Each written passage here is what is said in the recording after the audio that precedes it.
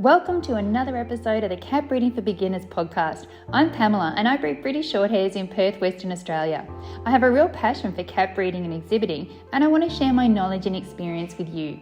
I'm on a mission to help new cat breeders go from feeling intimidated, confused and having trouble getting started to confidently breeding happy and healthy cats whilst enjoying this amazing hobby. Before we get started, make sure you visit my website and download your copy of my helpful guide, Advice to New Breeders, where experienced breeders share some great tips they wish someone told them when they started breeding. You can find the link on my homepage at www.catbreedingforbeginners.com. Just look for the picture of Angelica with her kittens.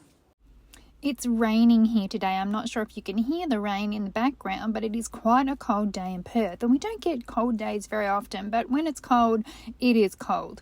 And I thought about a topic that I wanted to share with you, but it's actually one that for a change no one's asked me a question about.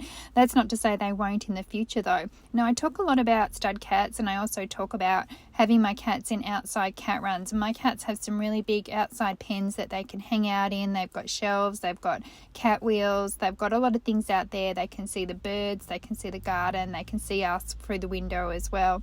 So there's a lot of entertainment for them out there. And I wanted to talk to you about what to do when it rains, because this has been something that's a bit, it's something I've had to deal with over the last, 20 years of what to do when it's raining and keeping your cats dry and keeping them warm. And my pens outside do have a very big open area. The first thing is that we have a cover over that open area. We have shade cloth at one end and we actually have a roof at the other end. So they do have an area that does stay dry. But if we had them staying in the cabin area, which is right at the back, to stay nice and warm and cozy all through, when it's raining and when it's cold, that's going to be really boring for them. So a couple of things that we have done to make it a little bit more interesting for them is we've put different cubbies around the place. And the cubbies that we've used have been, I'm not sure if you guys know what cubbies mean. I don't know if that's an Australian term or not, but basically little hiding places. And they have been things that have been waterproof, and we've been a bit creative in what we've used.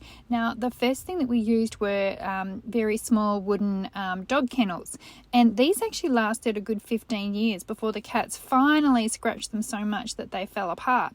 And they were not that expensive, but they were like a wooden dog kennel that had a pitched roof, and the cats could go in there if they wanted to, but only one cat could fit in there.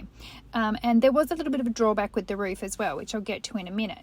The other thing that we have used successfully has been big cat carriers. And when our cats have come from overseas, and we've had a few cats come to join us in Australia from overseas, we've got great big cat carriers.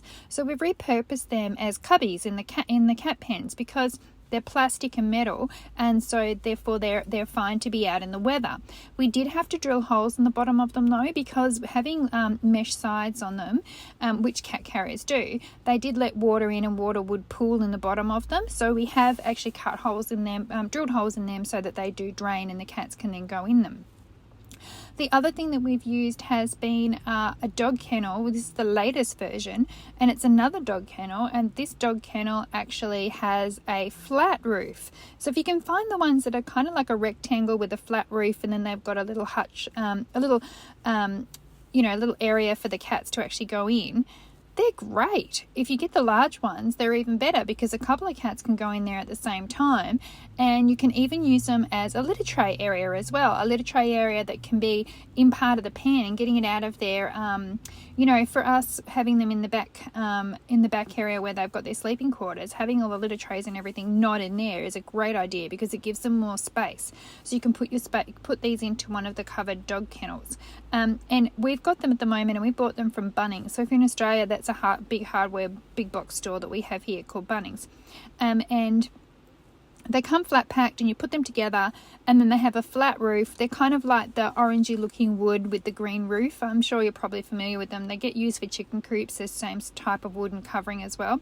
But we've got those in there, and the cats are absolutely loving them, and they come in a few different sizes, so that works out really well as well. And the thing about the roof is that the ones that we have, the roof lifts up, which is great because you get good access to get in there and get clean. But the other thing is that being a flat roof, the cats actually use it as a shelf. So they're all stretched out on it, enjoying laying out on it, and it's become like an extra level for them. So they've got the cubby that they can go into underneath, and then they've got the flat roof where they can just lay about and hang out on the top.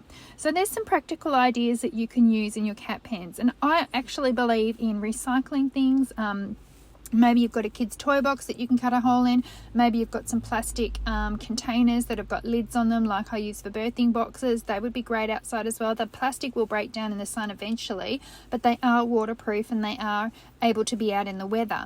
I've also seen big plastic kennels that are suitable as well. And I picked up a couple once. I've picked up some off the side of the road when it's been council clean up. They've been given a very good clean. I bought one secondhand at a market. You know, you might as well, if things are out there and no one's using them, you might as well take advantage of them and use them for your cats. And things don't have to be matchy-matchy. They don't have to be perfect. They just have to do the job. And that's a really great idea, is using things and recycling things and coming up with ways to repurpose things to give your cats a better life, a more interesting life, and a more warm and out of the weather life as well. So that's just a few tips for you. Obviously, if you live in a climate where it snows and it's really, really cold, that's a completely different story. But if you live in a pretty mild climate like I do, when it is cold and it is wet, there's some ideas for keeping your cats warm and dry.